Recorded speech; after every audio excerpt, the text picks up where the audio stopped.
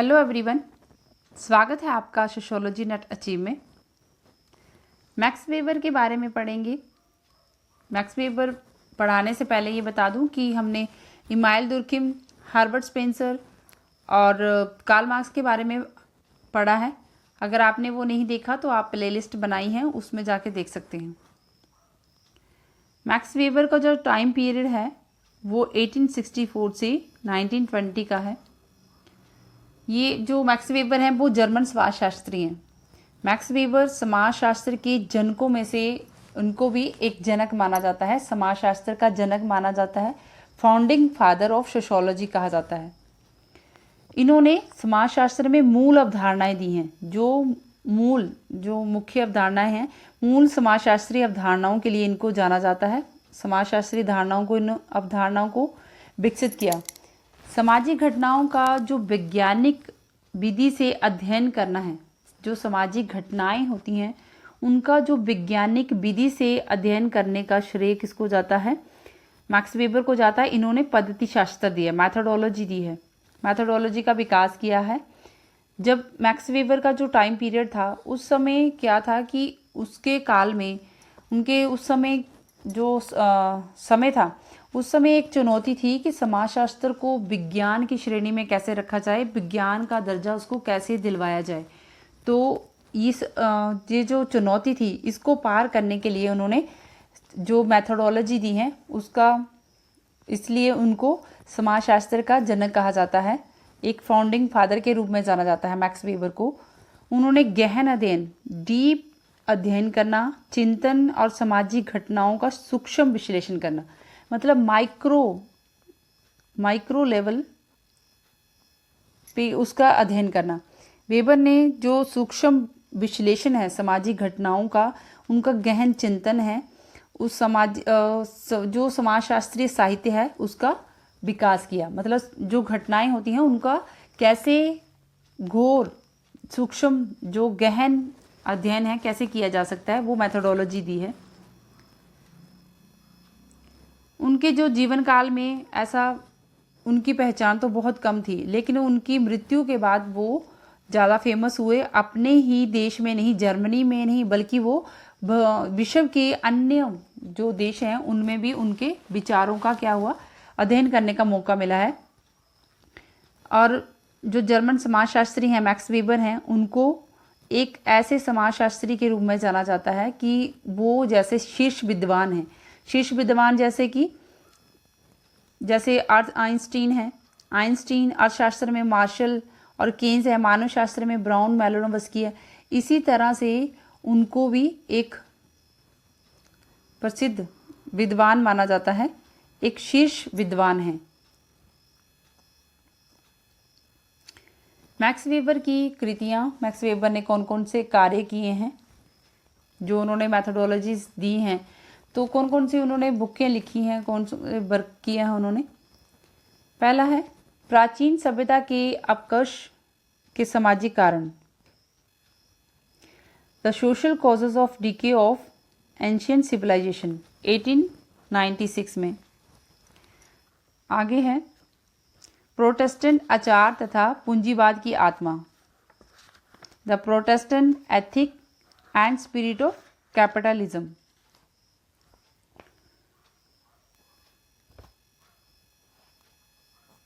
अगली है चीन का धर्म, कन्फ्यूशियसवाद, ताओवाद, रिलीजन ऑफ चाइना, कन्फ्यूजनिज्म एंड टॉइज्म 1915 में दिया। वेबर का सामाजिक विज्ञानों का पद्धति शास्त्र, जो सामाजिक विज्ञान है उसका पद्धति शास्त्र, max weber on methodology of social sciences 1904-5, और इसका जो अगला वर्जन है वो 1917 में है। भारत का धर्म, हिंदू और बौद्ध धर्म का समाजशास्त्र, religion of India, the sociology of Hinduism and Buddhism 1916 से 17।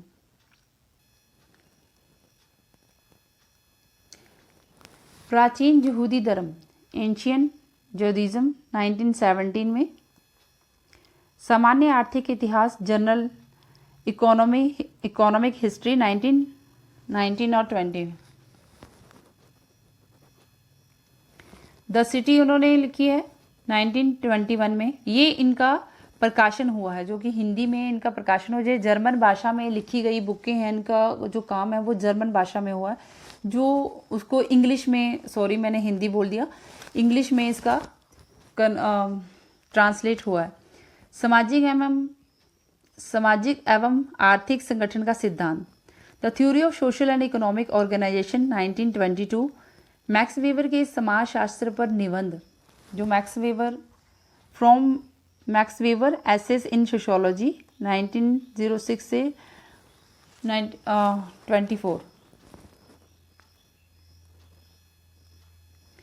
वेबर के प्रमुख समाजशास्त्रीय अवधारणाएं, वेबर्स मेन सोशियोलॉजिकल कंसेप्ट, जो वेबर ने मुख्य समाजशास्त्रीय अवधारणाएं दी हैं। उन्होंने समाजशास्त्र में बहुत सारा वर्क किया है, लेकिन जो हम यहाँ पे वही अवधारणाएं पढ़ने वाले हैं जो कि मुख्य हैं। मैक्स वेबर ने अपने लेखों और निबंधों में जो उन्होंने वर्क किया उसमें समाजशास्त्रीय अवधारणाओं को विकसित किया है। उन्होंने समाजशास्त्रीय अवधारणाओं को विकसित किया है। इनमें कुछ अवधारणाएं नई हैं, जबकि कुछ पहले से प्रचलित अवधारणाएं हैं। जो पहले से अवधारणाएं हैं उनको उन्होंने क्या किया, उसमें सुधार किया है, उसका सुधरा हुआ रूप दिया है। वेबर ने जिन विषयों का सूक्ष्म विश्लेषण किया है, जो डिटेल में माइक्रो विश्लेषण किया है, जो अवधारणाएं विकसित की हैं, उनमें से प्रमुख विषय और अवधारणाएं हम उनके बारे में पढ़ेंगे। जो मुख्य अवधारणाएं हैं वो सामाजिक क्रिया, सोशल एक्शन, सत्ता, प्रोटेस्टेंट आचार एवं पूंजीवाद की आत्मा, protestant ethics and the spirit of capitalism, आदर्श प्रारूप, आइडल टाइप्स, नौकरशाही, ब्यूरोक्रेसी।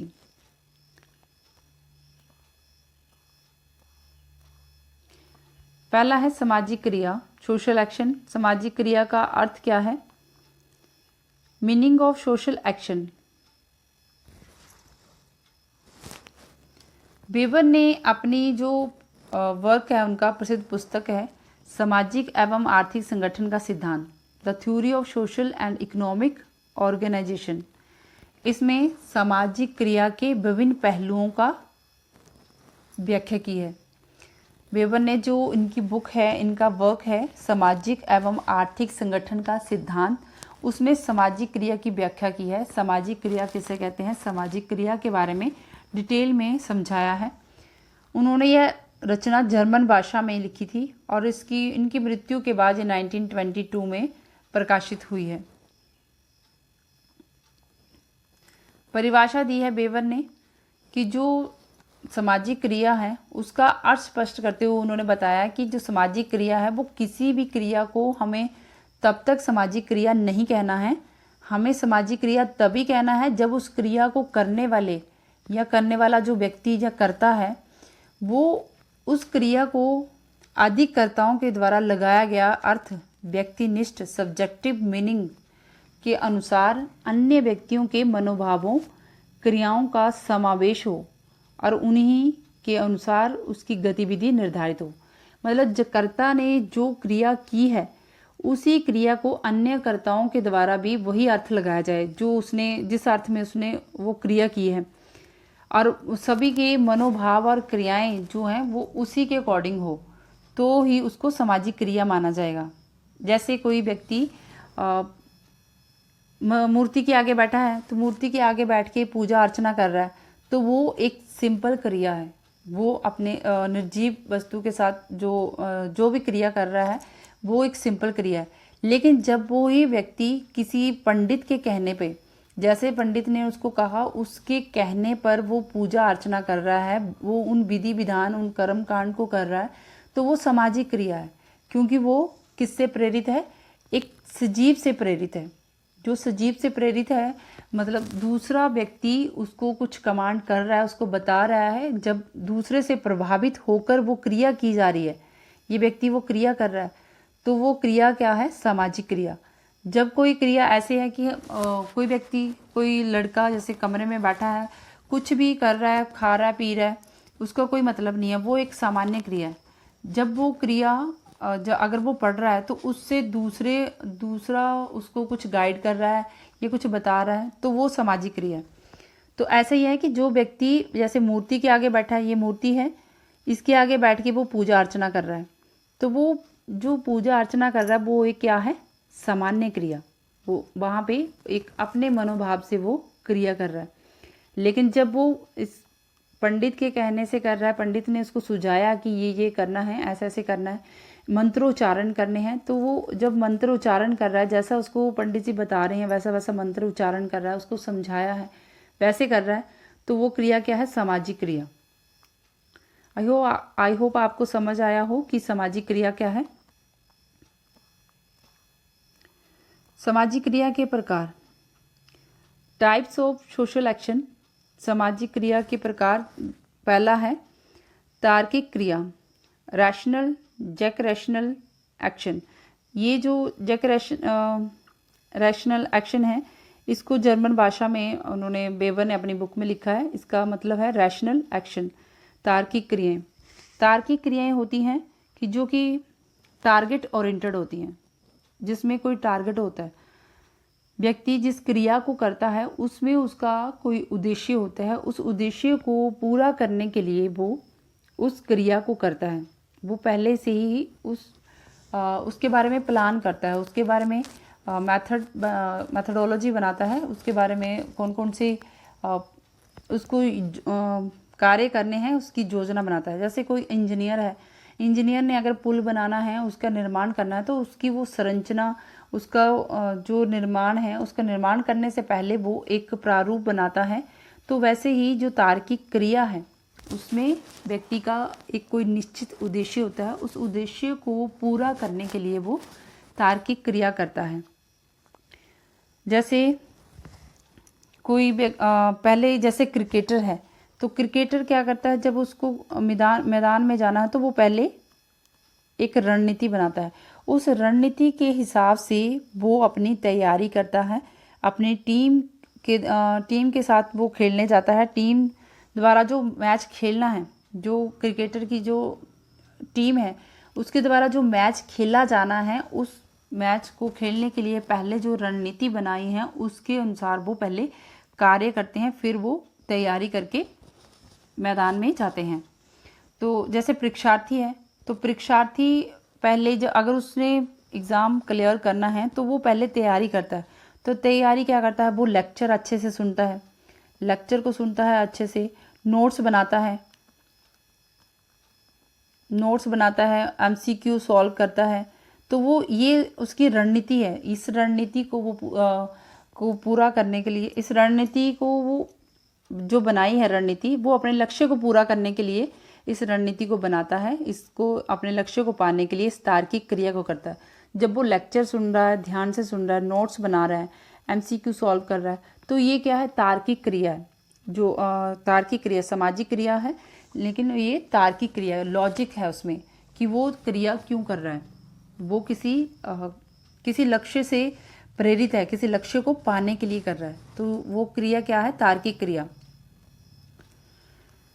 दूसरी है मूल्यांकनात्मक क्रिया, इवैल्यूएटिव रैशनल एक्शन। ये भी जर्मन भाषा में उन्होंने लिखा है। इवैल्यूएटिव एक्शन है कि जो क्रियाएं मूल्यों से प्रेरित होती हैं, जो हमारे मूल्य होते हैं, प्रथाएं,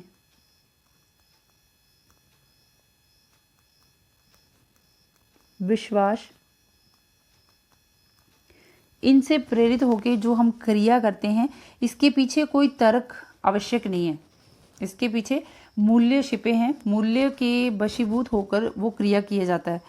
कोई भी जैसे उसके प्रति कोई दृढ़ आस्था है, मूल्य, इसलिए इसको क्या बोला जाता है, वैल्यू ओरिएंटेड एक्शन है ये। जैसे वृद्ध माता पिता की सेवा करना, सैनिक द्वारा जब सैनिक मैदान में जाता है दुश्मन से लड़ने, तो दुश्मन को पीठ ना दिखाना, तो वो उसकी वैल्यू है। और जब कोई दान देता है तो उसके पीछे उसकी वैल्यूज़ हैं, जो वो कार्य कर रहा है तो वो वैल्यू के, चाहे उसका जो दान दे रहा है, जो भी क्रियाएं कर रहा है, कर्मकांड कर रहा है उस समय, तो वो धर्म के अनुसार, अगर धर्म के अनुसार वो चलकर वो जो कार्य वो कर रहा है, हो सकता है उसको डायरेक्ट प्रत्यक्ष रूप से उसको कोई उसी समय लाभ ना मिले, लेकिन उसके प्रति उसकी क्या है, आस्था है। वो जो दान दे रहा है, जो वो श्रम दान कर रहा है या भूमि को दान कर रहा है, अन्न दान कर रहा है, जो वो कार्य कर रहा है वहाँ पे, जो जहाँ फिर सत्संग कर रहा है, जो भी वो कार्य कर रहा है, उस समय उसको बेशक कोई प्रत्यक्ष लाभ ना हो, लेकिन उसके प्रति, उसकी धर्म के प्रति उसकी आस्था है। तो वो किसके वशीभूत होकर जो क्रिया करता है, वो मूल्यों के प्रति, अपने मूल्यों के प्रति, वो विश्वास के प्रति वो क्रिया करता है, उसके अधीन होकर क्रिया करता है, तो उसको मूल्यांकनात्मक सामाजिक क्रिया कहा जाता है। आगे है भावात्मक क्रिया, अफेक्टिव एक्शन। अफेक्टिव एक्शन, व्यक्ति जो सामाजिक प्राणी है उसमें क्रोध, प्रेम, ईर्ष्या, ये सब क्या है, उसके भाव हैं। तो जब व्यक्ति कोई क्रिया करता है भावों के आवेग में आके, अपने भावों से वशीभूत होकर भावों के आवेग में आके कोई क्रिया करता है, उसको भावात्मक क्रिया कहते हैं। कोई ऐसे कोई व्यक्ति है, इसने इस व्यक्ति को क्या किया, गाली दे दी। जब इसने ऐसे ही चलते इसको गाली दे दी तो इसको गुस्सा आ गया। जब इसको गुस्सा आया तो इसने क्या किया, गुस्से ये और ज़्यादा, इसने इसको मना किया, 1-2 बार उसने मना कर दिया, तो इसने और 1-2 बार और ज़्यादा गाली दे दी। तो जब ये ज़्यादा गुस्से से भर गया, मतलब क्रोध से भर गया, क्रोध से भरकर वो उस पर अटैक करने लगा, आक्रमण करने लगा, इसको मारने की ओर दौड़ा। तो ये जो इसने क्रिया की, तो वो किसके वशीभूत होके की, भावना के वशीभूत होके, भावना से भर गया, ये क्रोध की भावना से भरा। जब क्रोध की भावना से भरकर उसने वो क्रिया की, वो क्या है, भावात्मक सामाजिक क्रिया। जैसे जो लव मैरिज करते हैं तो वो किस भावना से प्रेरित होते हैं, प्रेम की भावना से प्रेरित होके वो जो भागकर शादी कर रहे हैं, तो वो प्रेम की भावना में बहकर कर रहे हैं। तो ये कौन सी क्रिया है, भावात्मक सामाजिक क्रिया। आगे है परंपरागत क्रिया, ट्रेडिशनल एक्शन। परंपरागत क्रिया जो कि जिसमें कोई लॉजिक नहीं है, जो प्राचीन समय से होता आ रहा, जिसको हम एज इट इज़ वैसे ही मान लेते हैं, जो क्रियाएं वैसे ही क्रियाएं करते हैं। इसके लिए जो क्रियाएं हैं, ये जो क्रियाएं, इनको करने के पीछे क्या तर्क है, ऐसी क्रियाएं की जाती हैं। जब ऐसी क्रियाएं की जाती हैं, इसकी उत्पत्ति कब हुई या फिर ये कैसे और क्यों शुरू हुई, इसका पता लगाना तो मुश्किल होता है, इसका पता नहीं लगा सकते। जैसे कि चरण स्पर्श करना, ये कब शुरू हुआ नहीं पता, तो ये परंपरा है कि चरण स्पर्श करने हैं बड़ों के। चरण स्पर्श करना, या फिर जैसे जब दिवाली होती है, दिवाली में घी के दिए जलाना, जो हम नतमस्तक, मूर्ति के आगे नतमस्तक होना, ये जो क्रियाएं हैं जी परंपरा से चली आ रही हैं। इसके पीछे कोई लॉजिक नहीं लगाया, इसके पीछे कोई मूल्य नहीं है। जो परंपरा में है, जैसा हो रहा है, उसको एज इट इज़ वैसे ही करते जाना। वो कौन सी क्रिया है, परंपरागत क्रिया, ट्रेडिशनल एक्शन। आगे है सत्ता, अथॉरिटी। वेबर ने जो अपना एक वर्क लिखा, सामाजिक एवं आर्थिक संगठन का सिद्धांत, इसमें उन्होंने ये ढूंढने का प्रयत्न किया, ये प्रश्न ढूंढने का प्रयास किया कि कुछ लोग व्यक्तियों के आदेशों, जो दूसरा अदर पर्सन है, उसके आदेशों की अनुपालना करते हैं, तो उनके प्रभुत्व को वो स्वीकार क्यों कर लेते हैं। उन्होंने ये प्रश्न ढूंढने का, इस प्रश्न का उत्तर ढूंढने का प्रयास किया कि लोगों के, दूसरे जो व्यक्ति है उसकी अनुपालना करते हैं, उसके प्रभुत्व, उसकी शक्ति को वो क्यों स्वीकार कर लेते हैं। तो उन्होंने ये सत्ता जो कंसेप्ट दिया, इसमें सत्ता का जो अर्थ है, वेबर ने जो अवधारणा, इसकी व्याख्या करने के लिए जर्मन भाषा में हर्शाफ्ट शब्द का प्रयोग किया। ये जो सत्ता की अवधारणा है, इसकी व्याख्या के लिए हर्शाफ्ट शब्द का प्रयोग किया है। हर्शाफ्ट ऐसी स्थिति होती है जिसमें हर का मतलब है स्वामी, मास्टर, जो मुखिया है, तो वो दूसरों को आदेश देता है। हर्शाफ्ट शब्द का विभिन्न समाजशास्त्रियों ने अलग अलग इसका मतलब निकाला है कि जो हर्शाफ्ट है वो इंग्लिश में उसको अथॉरिटी कहा जाता है, और कईयों ने इसको डोमिनेशन कहा है, कईयों ने कमांड कहा है। इन शब्दों का प्रयोग किया है कि जो हर्शाफ्ट है वो अथॉरिटी होता है, कईयों ने इसको डोमिनेशन कहा है, किसी ने कमांड कहा है। इन शब्दों का प्रयोग किया जाता है हर्शाफ्ट के लिए। तो जो मानव समाज के विभिन्न पहलू हैं उनका विश्लेषण करके उन्होंने ये पाया कि जो वैध शक्ति होती है, जो लीगली शक्ति होती है, उसी को लोग मानते हैं, उसी को स्वीकार करते हैं, और वो उसमें नियम कानून परंपराएं आदि होती है। वो जो वैध शक्ति है वो नियम कानून परंपरा के अनुसार होती है। वैध शक्ति को वेबर प्रभुत्व या सत्ता कहते हैं। जो वैध शक्ति है जिसमें नियम कानून परंपरा है उसी को वेबर क्या कहते हैं, प्रभुत्व या सत्ता कहते हैं।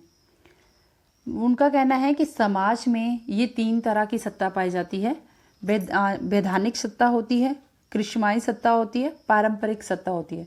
ये 3 तरह की सत्ता पाई जाती है। और वो 3 तरह की सत्ता है कि जब कोई पदों का सृजन किया जाता है, जैसे जिलाधीश, राष्ट्रपति, न्यायाधीश, इन पदों का सृजन जब कानून के द्वारा किया जाता है, इन पदों पे जो बैठे व्यक्ति होते हैं वो जब इस पे बैठे हुए व्यक्ति अपनी सत्ता का, अपनी शक्ति का प्रयोग करते हैं, उसको वैधानिक सत्ता कहते हैं। जब इन जो कानून ने इनको बनाया है, तो जब ये लोग अपनी सत्ता का प्रयोग करते हैं, अपनी शक्ति का प्रयोग करते हैं, तो वैधानिक सत्ता कहते हैं। कुछ व्यक्ति अपनी असाधारण प्रतिभा के कारण, जिस व्यक्ति की असाधारण प्रतिभा है, कुछ अलग ही करने का कृष्मा है, उनको कृष्माई सत्ता कहते हैं। ऐसी कृष्माई सत्ता, जैसे पीर पैगंबर हो गए, महात्मा गांधी हो गए, उन्होंने कृष्माई सत्ता का प्रयोग किया, लोगों को अपनी बातें मानने के लिए मजबूर किया, लोग उनकी बातें आसानी से मान जाते। एक प्रभावशाली व्यक्ति होना कृष्माई सत्ता में है कि जो व्यक्ति इतना प्रभावशाली है वो किसी से भी अपनी बात मनवा सकते हैं, तो उनमें क्या है, कृष्माई पावर है। तो ये जो कृष्मा की पावर है वो किसी न किसी क्षेत्र में उन्होंने विशेष महारत हासिल की होती है, उसी के कारण उनको ये जो कृष्माई सत्ता है वो मिलती है। लोग अपनी इच्छा अनुसार उनके व्यवहार से प्रभावित हो जाते हैं। लोग जो कृष्माई व्यक्ति है उसकी बात को मानते हैं। जैसे ये कृष्माई ये व्यक्ति है, इसके पास ऐसी कला है, इसने किसी ऐसी फील्ड में महारत हासिल कर रखी है कि व्यक्ति इसकी बातों को मानने को अपनी इच्छा अनुसार मानते हैं। वो दबाव के कारण नहीं, अपनी इच्छा अनुसार इस व्यक्ति की बातों को मानते हैं। जैसे महात्मा गांधी, तो लोग उनसे बहुत प्रभावित थे, तो उनमें क्या थी, कृष्माई सत्ता। वो अपनी इच्छा अनुसार इन व्यक्ति की, जो कृष्माई व्यक्ति है उसके व्यवहार से वो प्रभावित होकर व्यवहार करते हैं। जैसे जो धर्म गुरु होते हैं, तो वो जो कहते हैं, जो उनको सुनते मानते हैं, तो वो उनके अनुसार जो कार्य करते हैं, जो उन्होंने कहा सुना अपने प्रवचन में दिया, तो उनके अनुसार जो वो सुन के वो जो कार्य करते हैं उसको सामाजिक क्रिया कहते हैं। इसको कृष्माई सत्ता कहते हैं कि वो उनके अधीन होकर, प्रभावित होकर कार्य करते हैं।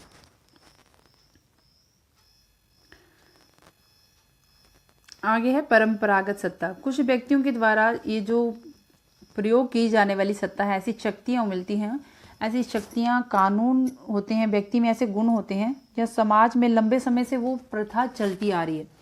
ऐसा जैसे कि ब्राह्मण समाज है, उसमें प्रचलित परंपराएं, प्रथाएं, विश्वास ऐसे होते हैं कि वो डोमिनेंट कास्ट रही है। जो ब्राह्मण भारतीय समाज में, प्राचीन समाज में ब्राह्मण जो जाति है वो प्रभुत्व जाति रही है। परंपरा से वो वैसा ही चलता आ रहा है। तो जो जैसा चलता आ रहा है उसको उस जो ब्राह्मण जाति, उनकी प्रभुत्व को जो अन्य जाति हैं वो स्वीकार करती हैं। तो इसी के आधार पर जो सत्ता है वो परंपरागत सत्ता होती है। जैसे घर का जो मुखिया होता है परिवार का, वो अपनी सत्ता अगले जो उससे छोटा होता है उससे उसको ट्रांसफ़र करता है, अपनी पावर दूसरे को देता है बाद में। तो ये जो शक्ति, ये पावर जो है वो परंपरागत सत्ता है। वेबर कहते हैं कि ये जो परंपरागत सत्ता है और कृष्माई सत्ता है, वैधानिक सत्ता, ये प्रत्येक समाज में, प्राचीन जो समाज है, जैसे ग्रामीण नगरीय समाज है, कृषि औद्योगिक समाज है, पारंपरिक आधुनिक जो समाज है कुछ सीमा तक इसमें क्या है, ये तीनों सत्ताएं देखने को मिलती हैं। इन तीनों में कृष्णमाई, वैधानिक, परंपरागत सत्ता पाई जाती है। लेकिन जो आधुनिक समाज है उसमें सिर्फ वैधानिक सत्ता ही मुख्य है। जो आज का समाज है, मुख्य समाज, आधुनिक समाज है, उसमें वैधानिक सत्ता पाई जाती है। लेकिन जो पहले भारतीय जो समाज है, ग्रामीण नगरीय समाज है, जहाँ कृषि औद्योगिक समाज है, पारंपरिक आधुनिक समाज है, उसमें तीनों तरह की सत्ता का पाया जाना देखा गया है। आदर्श प्रारूप, हमने अभी सामाजिक क्रिया के बारे में पढ़ा, जो मैक्स वेबर ने अवधारणाओं का विश्लेषण किया। सामाजिक क्रिया, सत्ता। अब आइडल टाइप के बारे में पढ़ेंगे। आदर्श प्रारूप, मैक्स वेबर ने सामाजिक घटनाओं को तार्किक ढंग से समझाने के लिए, जो सामाजिक घटना घट रही है उसको तार्किक ढंग से समझाने के लिए 1904 में आदर्श प्रारूप की अवधारणा दी। ये कब दी है? 1904 में आदर्श प्रारूप की अवधारणा दी। किस लिए दी? सामाजिक घटना को तार्किक ढंग से समझाने के लिए, लॉजिकली समझाने के लिए। परिभाषा इन्होंने दी है कि जो आदर्श प्रारूप होता है वो परकल्पना मूर्त स्थितियां होती हैं, प्राकल्पना हाइपोथेसिस होती है। एक मतलब उस घटना के बारे में, उस घटना का अध्ययन करने से पहले जो प्रारूप बनाया गया है वो वैसी स्थिति होती है आदर्श प्रारूप। निर्माण सामाजिक यथार्थ के आधार पर किया गया है। इनका प्रयोग तुलनात्मक होता है। जो आदर्श प्रारूप है उनका प्रयोग तुलना के लिए किया जाता है। मान लो किसी परंपरा, जैसे ये परंपरा है, ये प्राचीन है, ग्रामीण है, और इधर आधुनिक है, नगरीय। जब इन दोनों परंपरा के बीच में अध्ययन करना है तो इन दोनों परंपराओं के बीच में अध्ययन करने के लिए आदर्श प्रारूप बनाया जाता है, पैमाना सेट किया जाता है। तो पैमाना सेट ऐसे किया जाता है कि उसके बारे पहले परंपरा के बारे में देखा जाएगा। परंपरा क्या होगी? परंपरा में ये देखा जा रहा है कि क्या उसमें कितनी घनिष्ठता है, वो समूह के लिए कल्याणकारी है। तो ऐसे जो पैमाने सेट किए जाएंगे वो क्या है? आदर्श प्रारूप। फिर उसके आधार पे देखा जाएगा कि ग्रामीण परिवार में ऐसी घनिष्ठता है, कल्याणकारी परंपरा है, तो फिर नगरीय समाज की देखी जाएगी। तो इन दोनों के बीच में क्या हो रहा है? तुलना की जा रही है। तो जो आदर्श प्रारूप है वो तुलना करने के लिए किया जाता है, और साथ में कि वो उनकी जो विशेषताएं हैं, विशेषताओं में कितनी समानता है या कितनी असमानता है, इन दोनों के बीच में क्या क्या सिमिलैरिटी है, क्या क्या डिसिमिलैरिटी है। मैक्स वेबर ने पद्धति शास्त्र का प्रमुख अंग क्या है उसका, जो उन्होंने मेथोडोलॉजी दी, आदर्श प्रारूप है। इन्होंने सामाजिक वास्तविकता को समझने के लिए इस अवधारणा का प्रयोग किया है। आदर्श प्रारूप जो होते हैं वो शोधकर्ता, जो घटना का रिसर्च करने वाला है, वो शोधकर्ता अपने अध्ययन में इस आदर्श प्रारूप को सेट करता है। घटनाओं की समानताओं और असमानताओं को ज्ञात करने के लिए, उनकी तुलना करने के लिए एक आदर्श प्रारूप को सेट करता है। आदर्श प्रारूप की जो अवधारणा है वो वेबर ने डिल्थे, सीमल और रिकेट से ग्रहण की है। आदर्श प्रारूप का जो अर्थ नैतिक रूप से आदर्श बातों से नहीं होता। जो हम आदर्श कहते हैं कि महात्मा गांधी हमारे आदर्श हैं, ऐसे जो बड़ों का सम्मान कर रहा है वो व्यक्ति आदर्श है, तो वो जो हम नैतिक तौर पे जो हम करते हैं वो आदर्श नहीं है। इसमें सामाजिक जीवन में पाए जाने वाले तथ्यों में से पैमाना या मानक स्टैंडर्ड के रूप में विचार पूर्वक कुछ तथ्यों के चयन से है। जो आदर्श प्रारूप होते हैं वो नैतिक रूप में नहीं होते। जो हमारी नैतिकता होती है वो आदर्श नहीं है। आदर्श प्रारूप है कि जो हम सामाजिक घटना का अध्ययन करने वाले हैं उसके लिए क्या पैमाना है, क्या स्टैंडर्ड है, तो उसका विचार पूर्वक कुछ तथ्यों का चयन किया जाता है कि वास्तविक जीवन में से किन तथ्यों को आदर्श प्रारूप के लिए चुना जाएगा। इसको अध्ययन करता स्वयं ही इसको चुनता है, उसी के ऊपर निर्भर है कि वो जिस घटना का अध्ययन करने वाला है तो वो किस आधार पे देखेगा। जैसे बेवर ने जो पूंजीवाद की आत्मा, पूंजीवाद का उदय देखा, तो पूंजीवाद का उदय देखने के लिए उन्होंने क्या किया था, धर्म का अध्ययन किया। धर्म को ये देखा कि धर्म किस तरह से आर्थिक पर प्रभाव डालते हैं। जो आर्थिक लोगों की आर्थिक स्थिति है उसको धर्म किस तरह से आर्थिक तौर पे उसको प्रभावित करते हैं। तो उसी से उन्होंने देखा कि पूंजीवाद का उदय कैसे हुआ। तो ऐसे जो आदर्श प्रारूप है वो पहले ही पैमाना सेट किया जाता है कि वो किस तरह से प्रभावी है, या फिर जैसे उन्होंने धर्मों के बीच में तुलना की, तो ऐसे हमें समानताएं असमानताएं देखने के लिए आदर्श प्रारूप बनाने पड़ते हैं अनुसंधानकर्ता को। उदाहरण के लिए पूंजीवाद, समाजवाद, जो सामंतवाद की जो अवधारणा आज प्रचलित है, शायद 50 वर्ष पहले इन अवधारणाओं का अर्थ दूसरा था। पहले इन अवधारणाओं का अर्थ कुछ और ही हो, समाजवाद, सामंतवाद और पूंजीवाद का। आदर्श प्रारूप का निर्माण इसलिए किया जाता है कि किसी भी अवधारणा की जो अभी स्थिति है, जो जिसका हम अध्ययन करने जा रहे हैं, उसकी जो अभी स्थिति है उसका तार्किक और अनुभविक निर्वाह आदर्श प्रारूप में हो जाए। मतलब जो अभी सिचुएशन है, अगर आप पूंजीवाद, समाजवाद या सामंतवाद की अवधारणा का अध्ययन करना है तो आज के टाइम में जो उसकी स्थिति है उसके हिसाब से आदर्श प्रारूप बनाना पड़ेगा, प्राचीन समाज के हिसाब से नहीं, क्योंकि उस समय जो पैमाना होगा वो कुछ और होगा। आज के हिसाब से जो आज की स्थिति है उस हिसाब से आदर्श प्रारूप सेट करना होगा। फिर तुलना करते हैं।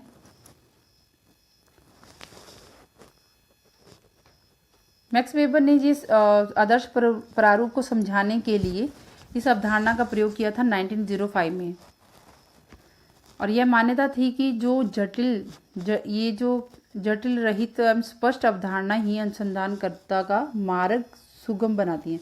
जो आदर्श प्रारूप इसलिए सेट किया जाता है क्योंकि ये अनुसंधानकर्ता को, जो रिसर्च कर रहा है, उसके लिए क्या है, ये रास्ता आसान कर देती है। उसको पता चल जाता है कि क्या पैमाना है, उसको उसमें कौन से दृष्टिकोण से उसकी रिसर्च करनी है। ये एक ब्लूप्रिंट होती है। अब जो आदर्श प्रारूप है वो एक ब्लूप्रिंट होती है, रैशनल ब्लूप्रिंट होती है। इसमें वास्तविकता के आधार पर यह निर्माण वास्तविकता के आधार पर किया जाता है, फिर भी वास्तविकता के बराबर नहीं होता। मतलब इसमें ये जो पैमाना सेट किया जाता है कि जो ऐसा सेट किया जाता है कि वास्तविकता है, लेकिन वो वास्तविकता के बराबर नहीं होता। प्रत्येक अनुसंधानकर्ता अपना अपना आदर्श प्रारूप बनाता है। जैसा उसने अध्ययन करना है वो अपने हिसाब से आदर्श प्रारूप बनाता है। उदाहरण के लिए जैसे संयुक्त परिवार है, एक जॉइंट फैमिली है, तो उसका अगर अध्ययन करना है तो जॉइंट फैमिली, कौन कौन से परिवार जॉइंट फैमिली में आएंगे, कौन कौन से परिवार संयुक्त परिवार में आएंगे, कौन से न्यूक्लियर फैमिली में आएंगे, इसके लिए आदर्श प्रारूप जब बनाया जाता है तो संयुक्त परिवार की क्या विशेषताएं हैं, जो संयुक्त परिवार की विशेषताएं होंगी वो क्या होगा, आदर्श प्रारूप का पैमाना होगा, वो उसका स्टैंडर्ड होगा कि उसमें संयुक्त परिवार और जो चीज़ें, जो पैमाना सेट किया है कि ये संयुक्त परिवार की विशेषताएं होती हैं। जब दो परिवारों के बीच में जब तुलना की जाएगी तो उसमें वो जो क्वालिटी, जो विशेषताएं हमने संयुक्त परिवार की देखी हैं, वो उसमें कौन कौन सी विशेषताएं इन ए और बी में दिखाई दे रही हैं। जो दिखाई देंगी वो समानताएं हैं, जो नहीं दिखाई दे रही वो असमानताएं हैं। तो ये जो आदर्श प्रारूप होगा वही उसका अध्ययन करेगा।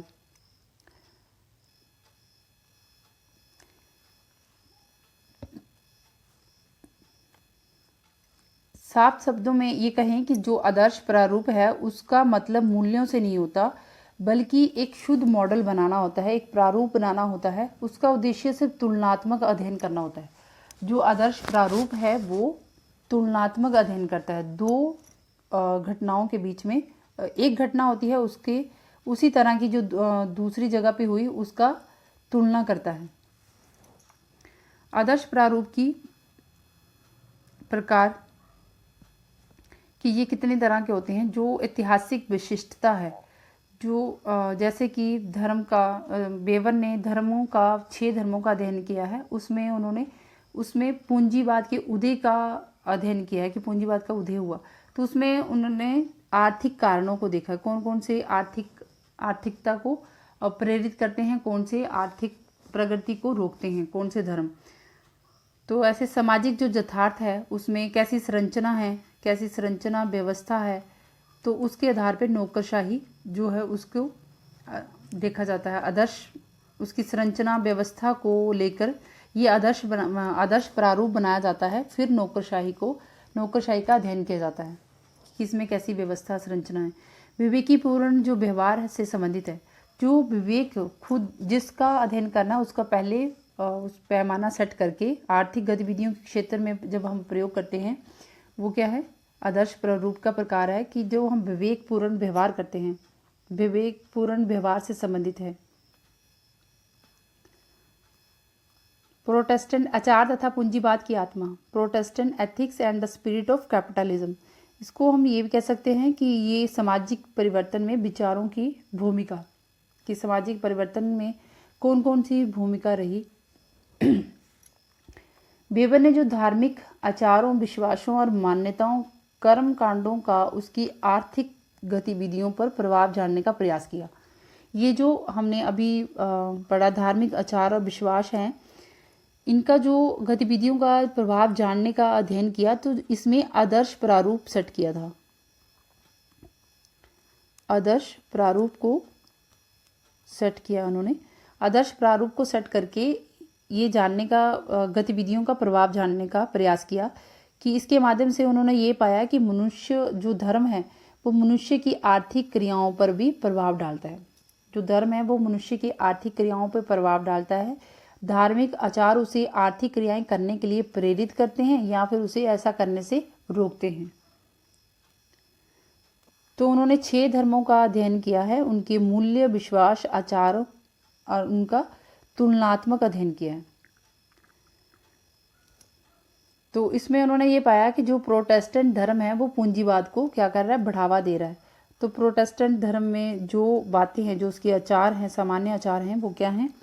काम ही पूजा है, वर्क इज वर्शिप, ईमानदारी सबसे अच्छी नीति है, honesty is the best policy, समय ही धन है, टाइम इज मनी, धन से धन कमाया जाता है, मनी अर्न्स मनी, कम आराम एवं सुख किया जाए, less of leisure and pleasure, और जो व्यक्ति काम नहीं करेगा वह रोटी नहीं खाएगा, नो वर्क नो फूड, किए जाने वाले कार्य को अच्छे से किया जाए, anything that is worth doing is worth doing well, सादा जीवन जियो और कड़ा परिश्रम करो, simple living and work hard. तो ये प्रोटेस्टेंट धर्म के सामान्य आचार हैं जो उन्होंने अध्ययन के दौरान पाया। तो उन्होंने सभी 6 धर्मों का तुलनात्मक अध्ययन किया। तो जो तुलनात्मक अध्ययन किया उससे उन्होंने ये पाया जो प्रोटेस्टेंट धर्म है वो पूंजीवाद को क्या कर रहा है, बढ़ावा दे रहा है, आर्थिक प्रगति करने पे बढ़ावा दे रहा है। तो उससे पूंजीवाद को उदय हुआ। तो इसमें उन्होंने आदर्श प्रारूप सेट किया था, मूल्य, विश्वास, आचार, धर्मों के मूल्य, विश्वास, आचार, ये क्या था, उनका आदर्श प्रारूप था। आगे है नौकरशाही, ब्यूरोक्रेसी। मैक्स वेबर ने नौकरशाही का जो अध्ययन किया, उन्होंने क्रमबद्ध अध्ययन किया। उसमें देखा कि कैसी संरचना, नौकरशाही में क्या देखा, संरचना कैसी है, व्यवस्था कैसी है, प्रकार कैसे है, संगठन, इन सब का जो विश्लेषण किया। तो जो ये देखा कि जो कार्य है वो अलग अलग पदों में उनको बांट दिया जाता है। जो कार्य, एक कार्यालय में कोई कार्य, प्रशासन के अंतर्गत कोई कार्य होता है तो वो अलग अलग पदों में बंटा होता है। उनको उन व्यक्ति की कुशलता के आधार पर व्यक्ति को नियुक्ति दी जाती है। उनका जो ऊंच नीच का जो पद क्रम है वो उसी के अनुसार उनको मिलता है। नौकरशाही का अर्थ दिया है मीनिंग ऑफ ब्यूरोक्रेसी। नौकरशाही का इंग्लिश में ब्यूरोक्रेसी कहते हैं, इसका रूपांतर जो रूप है, इसका अर्थ है शासन या तंत्र, कार्यालय का तंत्र। कार्यालय के तंत्र में कौन कौन होता है, कर्मचारी होता है, अधिकारी, नौकर, सेवक, ये सभी क्या करते हैं, इस पूरे अधिकारी तंत्र को चलाते हैं, शासन तंत्र को चलाते हैं। इसमें इसके लिए नौकरशाही, इसको नौकरशाही, अफसरशाही, अधिकारी तंत्र शब्दों का प्रयोग किया गया है और ये प्राचीन काल से ही किसी न किसी रूप में विद्यमान रहते हैं। मैक्स वेबर के अनुसार जो नौकरशाही है वो कौशल, इसमें व्यक्ति का जैसा कौशल है, निष्पक्षता और मानवता के अभाव में अभिलक्षित होती है। तो जो नौकरशाही है उसमें मानवता का अभाव होता है, निष्पक्षता होती है, व्यक्ति को जो जिस पद के लायक है उसको वैसा ही उसके कौशल के आधार पर उसको वो पद मिलता है, और ऊंच नीच का जो पद क्रम है वो उसी हिसाब से उसकी नियुक्ति होती है। तो हमने मैक्स वेबर ने जो नौकरशाही का सिद्धांत दिया है उसमें उसने ये बताया कि नौकरशाही जो शासन की एक ऐसी व्यवस्था होती है जिसमें कुशलता भी होती है, भेदभाव किए बिना किसी को कम या अधिक महत्व प्राथमिकता दिए बिना कार्य किया जाता है। यहाँ पे जो अधिकारी तंत्र है उसमें कर्मचारी होते हैं, अधिकारी होते हैं, वो सब मिलकर इस नौकरशाही को पूरा करते हैं।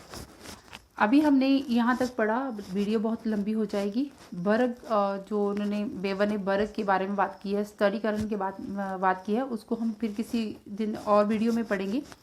तो आज हमने देखा, जो हमने पढ़ा मैक्स वेबर के बारे में पढ़ा, उसकी वर्क्स पढ़े, उसकी जो उन्होंने कार्य लिखे, उनकी जो अवधारणाएं हैं उनका हमने अध्ययन किया है। कौन कौन सी अवधारणाओं का अध्ययन किया है? सामाजिक क्रिया का सिद्धांत, सत्ता, जो उन्होंने सत्ता पावर के बारे में बात की है, और प्रोटेस्टेंट एथिक्स एंड और उसके बारे में आइडल टाइप के बारे में बात की है, ब्यूरोक्रेसी के बारे में पढ़ा है। So friends, thanks. वीडियो पसंद आए लाइक और शेयर ज़रूर करें। Thank you.